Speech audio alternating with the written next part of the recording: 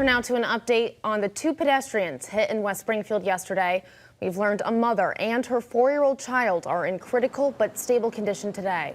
And police are looking to hear from anyone who may have witnessed the collision. It happened around 6:10 yesterday evening at the intersection of Riverdale Street and Daggett Drive.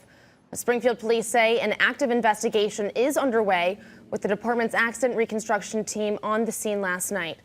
The driver reportedly stayed on scene and is cooperating with investigators.